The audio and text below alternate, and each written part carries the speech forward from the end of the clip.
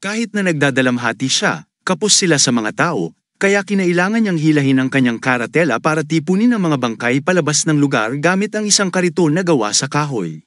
Mabuti na lang at nasa labas si Layla, naghihintay kay Golf at dumaan. Nais niyang alagaan man lang ang napinsalang si Gol. Samantala, ang mga panahong tulad nito ay nagpapaalala sa atin na sa pagtatapos ng araw, si Gol ay isang bata pa lamang. Ang kanyang tahanan ay nawasak at ang kanyang anyo ng dugo ay maaaring magpahirap sa kanyang katawan. Mukhang may ideya si Layla para maibsan ang sakit na dinaranas ng batang orc. Umakyat siya hanggang sa isang bangin kung saan matatagpuan ang isang luma at napakalaking puno. Dahan-daang inilapag ni Layla ang ginto sa ibabaw ng mga ugat ng matandang puno. Pagkatapos ay magsisimula ng pag-awit.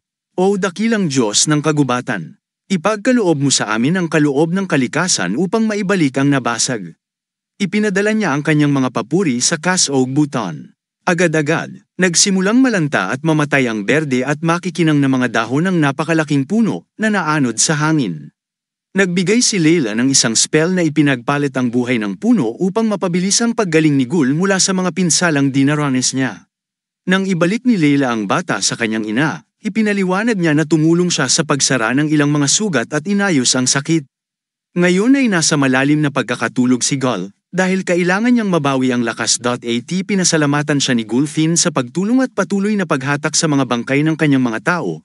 Nakitang si Rand na nakatayo sa harapan na sumusunod sa kanya sa paligid tulad ng isang nawawalang tuta, na si Gulpo ay lumalim at ang pagkunot noo ay lumalim, si Rand na puno ng pagkakasala. At hindi lang makamove on ng hindi ginagawang tama. Si Gulfin at sa wakas ay sumuko, kahit na sa pinakagulo ng kaayusan. Napasigaw siya sa pighati. Ito ay para kay Rand upang igalaw ang kanyang puwet at humanap ng isa pang kariton upang hatakin ang mga katawan pababa. Ito ay isang mahirap na simula, ngunit ito ay isang simula. Itinuon ng mga Night Walker ang kanilang atensyon sa mga patay na katawan ng demonyo. Ngayon ay kitang-kita sa mga mata ni Gulfin ang kalungkutan. Habang si Gulfin ay dahan-daang itinaas nila ni Layla ang katawan ni Elder Guerran mula sa lupa. Habang ihahanay na nila ang kanyang katawan kasama ang natitirang bahagi ng nayon. Ang mga tunog ng mga kabalyerya ay nagsimulang umugang. Sa mensaheng, kung inaasahan mo ang mga kuko ng kabayo, madidismaya ka kung umaasa ka ng matutulis na kuko, kung gayon nasa tamang lugar ka. Ang isa pang tribo ng orc ay dumating mula sa mga bundok kasama ang kanilang mga lobo. Sila ang dapat na aagapay sa orc village mula sa Butik village. Ngunit late na sila, kung tatanungin mo ako. Natuwa lang si Gulfin nang makita ang isang pamilyar na mukha sa commander ng reinforcement unit ni Buti, isang kahangahangang babaeng orc. Isang tunay na mandirigma, ang makarinig ang emosyonal na pagtakbo pababa mula sa panday. Inutusan ng komandante ang kanyang hukbo na tumulong sa lahat ng gawaing kailangang gawin. Ang matipunong orc na mga sundalo ay nagtrabaho ng may mabigat na puso na kitang-kita sa bigat ng kanilang pag-indayog. Habang nangalap sila ng ilang troso para sa mga patay. Ang ilan ay nasa tungkulin sa lubad at ang ilan ay nasa mga gawaing may kinalaman sa hay. Nang lumubog na ang araw at sumabit ang buwan, nagising si Gol, ngunit sariwa pa rin ang mas malalalim na sugat ng labanan kahapon.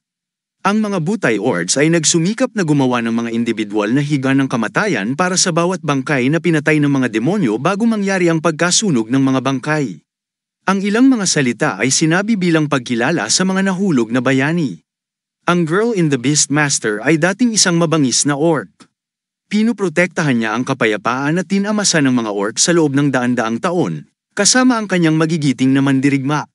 At ngayon ay patay na siya. Ang alamat ay nagpahinga na. Ang dapat lang sisihin dito ay ang mga demonyong walang awang pumatay ng napakaraming inosenteng tao, para lang sa pagpapakain sa sarili nilang kasakiman. Hinimok ng komandante ng butik ang bawat naroroon na alalahanin ang araw na ito.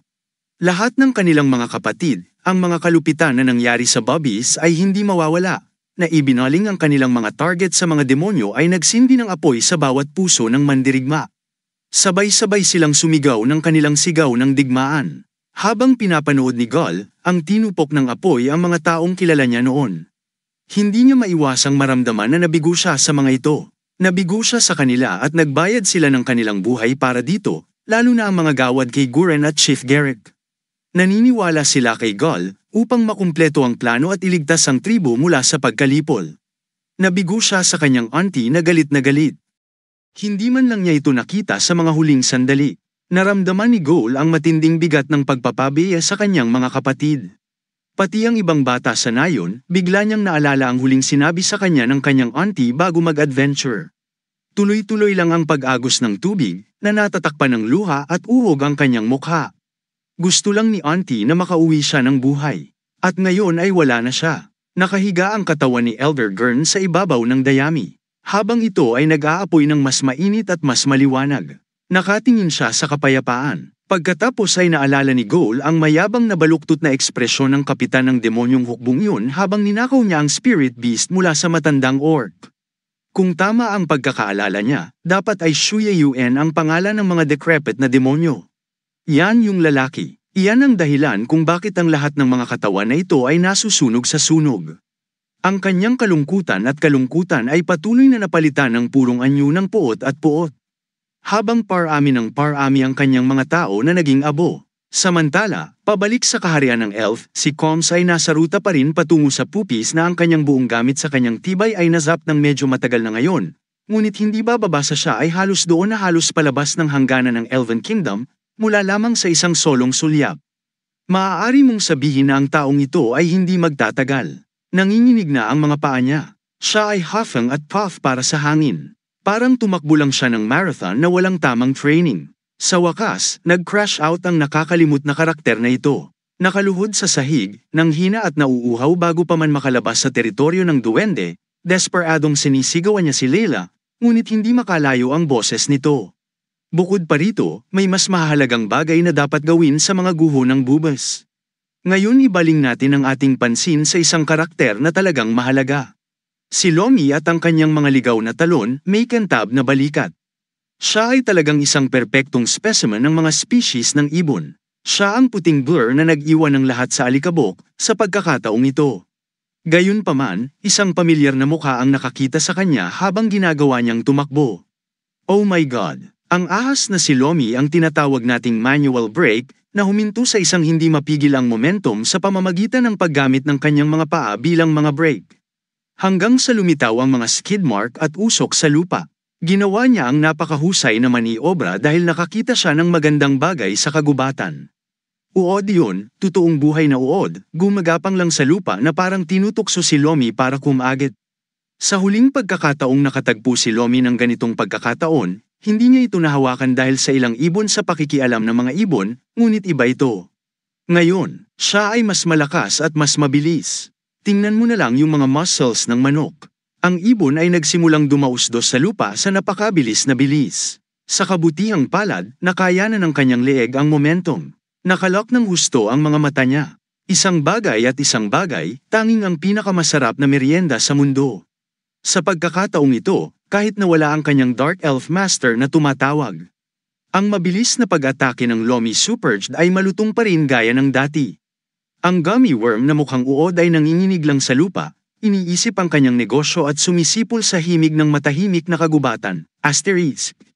Malapit nang matapos ang piyesang yon. Ngayon, sa isang iglap, ang uod ay kinain ng matinding takot. Nakabuka na si Lomi at ang kanyang gutom na bibig, handa nang sumandok sa merienda ng mga Diyos, partikular na ang mga Diyos ng manok. Ngunit itinigil niya ang pag-atake na ilang sentimetro lang ang layo mula sa makalangit na lasa na nakadama ng panganib. Ang papasok na si Lomi ay nagsimulang mag-flip at magpakpak ng kanyang mga pakpak ng husto. Salamat dyan. Iniwasan niyang mapabilang sa isang medyo mabigat na pagbagsak sa posisyon kung saan matatagpuan ang uod. Sino ang nasa likod ng pag-crash na yun, itatanong mo? Well, ito ay ang ahas. Siyempre, hinihintay niya si Lomi mula noon pagkatapos ng pagsalakay ng Goblin Lair. Ang nangyari noon ay maaaring isang kabiguan. Ngunit sa pagkakataong ito ay iba. Ang ahas ay nagtipon ng ilang mga kaibigan upang makipaglaban sa isang manok, isang USA na tila nakakita siya ng ilang bagay sa isang brutal na digmaan, isang unggoy na mukhang walang hanggang tibi. Hindi magandang senyales, di ba? May bored din na parang hindi niya alam kung ano ang nangyayari o kung nasaan siya. Mukha lang siyang naguguluhan. Ang isa pa sa koponan ay isang kakaibang tao na mukhang tusong fox na mukhang wala siyang pakinabang. Yung tipong ilalayo mo ang mga anak mo. Tapos yung ahas, walang masyadong masasabi tungkol sa kanya. Ang yabang niya, gusto niyang kumain, at siya ay napakasama sa pagpili ng kanyang biktima. Sa wakas, isang uri ng kuneho. Hindi ko alam, guys, maaari mo ba akong tulungang matukoy kung ano ang bagay na ito? Tinanong ng USA ang ahas kung manok ang kanilang pakay. Ang nambubuli sa tuso na kasama bago ang nalilitong baboy ramo ay tumunog na hindi nila dapat maliitin ang ibon. Tinalo niya ang ahas, na kilala rin bilang ibayeg. Pagkatapos ng lahat, bukod sa, siya ay pumapayag sa isang malaking kaguluhan sa lupa. Nagprotesta si ibayeg na hindi siya binubuli. Nabugbog lang siya ng puro swerte. Ngunit sa kanilang mga numero sa ngayon, tiyak na lalabas sila na may panalo. Hapunan ng manok sa taglamig. Pinagmamasdan lang ni Lomi ang mga hanghang na yun na nagdadadaldal sa isa't isa habang nag-iipon ng dumura sa kanyang bibig. Ang bastos na manok pagkatapos ay iniluwa ang bukol ng dumura na may pinakamataas na antas ng kawalang galang. Sa totoo lang, hindi man lang naaalala ni Lomi ang ahas. Hindi niya alam kung sino ang mga hayop na ito at kung paano nila ito kilala. Ang hindi niya kayang patawarin ay ang pagtanggi nila sa kanyang masarap na merienda. Ayon sa mga batas na sinusunod ni Lomi sa pamamagitan ng pakikialam sa kanyang sagradong merienda. Ang oras ay isang krimen na may parusang kamatayan. Handa si Lomi sa kanyang fighting stance, binubuksan ang kanyang mga pakpak sa magkabilang gilid habang nakalock sa isang target. Nagkataon, ito ang sandali nang si Elder Gurn ay malapit na sa isang nakatutuwang pagpaslang pagkaraang tumalon sa mga linya ng kaaway. Ang kanyang kasintahang lalaki, ang Dragon Spirit Beast sa kalangitan. Napakalakas nito na nagsilbing tanglaw ng liwanag, na humahati sa madilim na ulap at hinahayaan ang bawat isa na sumilip sa langit. Lahat ng yun ay nangyari habang si Lomi ay naghahanda sa paghampas. Ang anggulong kinatatayuan niya ay parang siya ang kasama ng Draconic Spirit Beast. Ang koalisyon ng wild animals ay tinamaan ng shockwave na nagmumula sa war zone na nagpatamba sa ilan sa kanila. Maging ang ilang matitibay na puno ay nahirapang kumapit sa lupa gamit ang kanilang mga ugat. Habang lumalakas ang hangin ibayeg, ang ahas ang unang nakabangon mula sa pagkatangay ng isa pang makamundong puwersa. Nang magkamalay ang bawat isa, sabay-sabay na lumuhad ang grupo ng mga ligaw na hayop. Naging Lomi fanboy lang si Ibayog mula sa pagiging pure hater. Formal pa niyang inanunsyo na si Lomi ang magiging bagong nakoronahan na pinuno ng siksik na Rock Forest. Ang magkakaibang hanay ng mga hayop ay nasaksihan ang tunay na kapangyarihan ng bagong reyna. O hindi bababa sa ginawa nila. Gayunpaman, si Lomi ay pinarangalan bilang bagong monarko ng teritoryong ito. Hindi niya napigil ang sabihin si Holy Buck, hindi na kinailangan pa ni Lomi na magtaas ng kahit isang balahibo para mapasuko ang mga hayop na yun. Ang kabaguhan ng lahat ay mabilis na tumanda kahit saan pumunta ang reyna. Ginagawa ng kanyang mga tagasunod, gaya ng ipinahihiwatig ng pangalan na nakakainis silang sumusunod. Habang naglalakad sila palapit sa nayo ni Bubas, nakita nila ang Forsaken, binabagtas ang kagubatan sa parehong direksyon matapos hilahin ng Spirit Beast. Alam ni Lomi at ng iba pa na huwag makialam sa may dala. Ganyang nakakamatay na aura, tiningnan lang ng Animal Party ang Forsaken. At ang pinabayaan ay tumingin sa likod ng matigas. Ang isang tingin ay sapat na para mabigla ang duwag. Ang kanilang pinakamahusay na plano ay upang kumilos tulad ng mga hanggal na hayop na walang sariling mga iniisip at ihagis ang kanilang pinakamahusay na pag-aalboroto na pagkilos ng magkasama. Ang pinabayaan ay hindi humanga. I'm sure of that, pero at least hindi sila nagalit sa kanya or what. Sa parehong ugat, binigyan lang ni Lomi ng isang makahulugang tingin ang manok at ang lalaking pumapatay sa Diyos ay dumaan sa isa't isa na parang magkaparehas sila sa parehong antas ng kapangyarihan. Ipinagpatuloy lang ni Forsaken ang kanyang nagmamadaling paglalakbay, habang si Lomi naman ay ganoon din sa ilalim ng kanyang hininga. Ipinagdasal ni Reyna Lomi ang kanyang Panginoon na kumapit dahil sa ngayon siya ay ganap at lubusang naliligaw. Ilang araw na ang lumipas mula noong pagsalakay at pagkawasak sa nayon ng Bubbies. Suriin natin ang mas malawak na mundo at ang mga hinaharap na prospect nito sa larangan ng mga tao. Ang mabigat at marangal na yapak ng Guildmaster Franz ay umalingaw sa mga bulwagan ng Inicio Guild. Nagtungo siya sa infirmary kung saan nagpapagamot si Red, at ang maswerteng bastard ay may kuneho na babae bilang kanyang nurse. Sa kasamaang palad, ang iba pang miyembro ng kanilang hamak na partido ay hindi niya pinalad, na nawalan ng buhay at nagtamo ng mabibigat na pinsala mula sa partido ng Demon Scout. Ang platinum na ranggo na adventurer ay gumawa ng isang sorpresang paglitaw upang pag-usapan ang mga bagay sa Master Franz. Sa kanyang kamay ay isang nagbabala na card na naglalarawan sa King of Diamonds na kumikislap. Ang card na ito ay humantong sa kanya upang ihatid ng Guildmaster sa isang nakatagong piitan doon. Ang ilang kapas palad na katas ay pinigil na may putol na binti, marahas na pinipi upang mabawasan ang pinsala. Makinis pala, ang kasakiman na Demon Scout ay nahuli ng buhay at nasugatan salamat sa napapanahong tugon ng Guildmaster. Dinala si Spade upang makakuha ng mga sagot sa ilang napakahalagang tanong tungkol sa hukbo ng demonyo na nagmarcha sa kakahuyan noong araw na yun sa hindi kilalang sulok ng kaharian, isang taong nakasuot ng gintong korona at isang brawny orc na magkatabi. Lumingon sila para salubungin ang ilang bisita. Ito ay dalawang matandang geezers na nakasuot ng orange at pulang tracksuit ayon sa pagkakabanggit. Ang orange geezer ay ang yung tipikal na maliit at kalbo na elder, habang ang isa naman ay mukhang mas lumang bersyon ng karakter ng Dragon Ball. Tila nabigla ang lalaking may suot na korona sa hitsura nitong dalawang ito.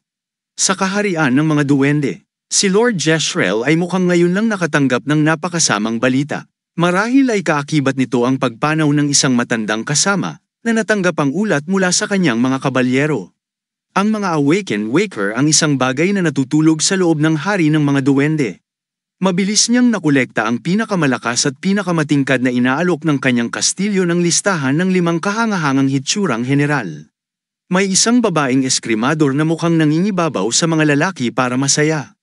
Ang isa pa ay mukhang siya ang may pinakamagaling na paladin build with the matching seriousness to boot.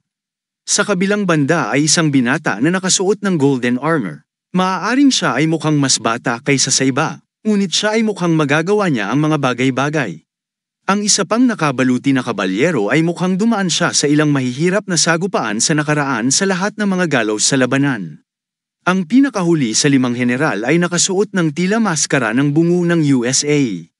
Ngunit hindi nito naitago ang kahangahangang pangangatawan sa ilalim ng baluti pabalik sa maliit na nayon na sinasalot ng mga problema sa duwende.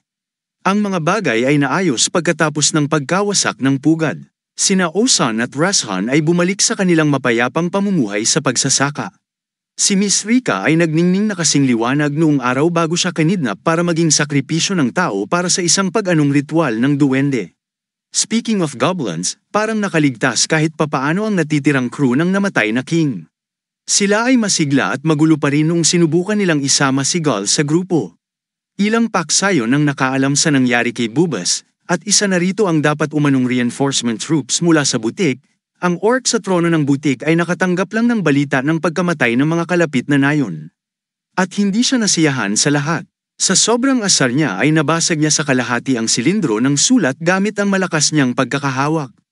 Ang mga tropa na huli ay dumating ay may malungkot na hitsura sa kanilang mga mukha habang tinitipon nila ang mga talam ng kanilang mga nahulog na angkan, at hindi tumitigil sa paggawa upang bigyan ang kanyang mga tao ng mga lumilipas na ritual na nararapat para sa pakikipaglaban ng ngipin at kuko hanggang sa dulo, samantala sa tuktok ng bangin sa harap ng ang matandang puno na natuyo at namatay upang pagalingin si Gol. Ang mga sandata ng mga nahulog na sundalo na may bahid ng dugo ng demonyo ay ipinakita sa gulfin at lumuhad, at marahan na nagpatong ng martilyo sa isang plataporma. Sinundan ni Gol ang pangunguna ng kanyang ina at maingat na naglagay ng mid-cleaver sa tumpok ng mga alaala. Ito ang kanilang paraan ng pagpaparangal sa mga pumanaw habang lumalaban hanggang sa huli. Nasa unahan at gitna sa entablado ang patalim ng butcher ni Auntie Jerome. Ngayong tapos na ang lahat, ang mga kalapit na org ay dapat magdalamhati at magsisi sa sarili nilang paraan. Inimpake nila ang kanilang mga bag at bumalik sa feud na iniisip kung gaano karupok at ang orc village ay maaaring laban sa mga puwersa na hindi nila naiintindihan. Tila naghahanda na rin ang mga Nightwalker sa pag-alis sa nayon ng bubis na yun, o hindi bababa sa kung ano ang natitira dito. Naalagaan ni Golfen at sa kanyang senaryo hindi gumawa ng kaguluhan. Siya ay halos manhid dahil sa sakit ng paglilibing sa mga kapitbahay, mga kasamahan at mga mahal sa buhay. Kumaway lang siya sa Dark Elf at nagpaalam. Si Commander Camila ay nagbigay ng isang taus-pusong pagyuko na puno ng hindi nasabi na mga pag-iisip na naiintindihan ng magkabilang panig sa kanilang misyon sa Orc Village. Natapos na ang elite assassin crew ng Elven Kingdom ay pabalik na ngayon sa kung saan man sila dalhin ng mga utos ng Panginoon.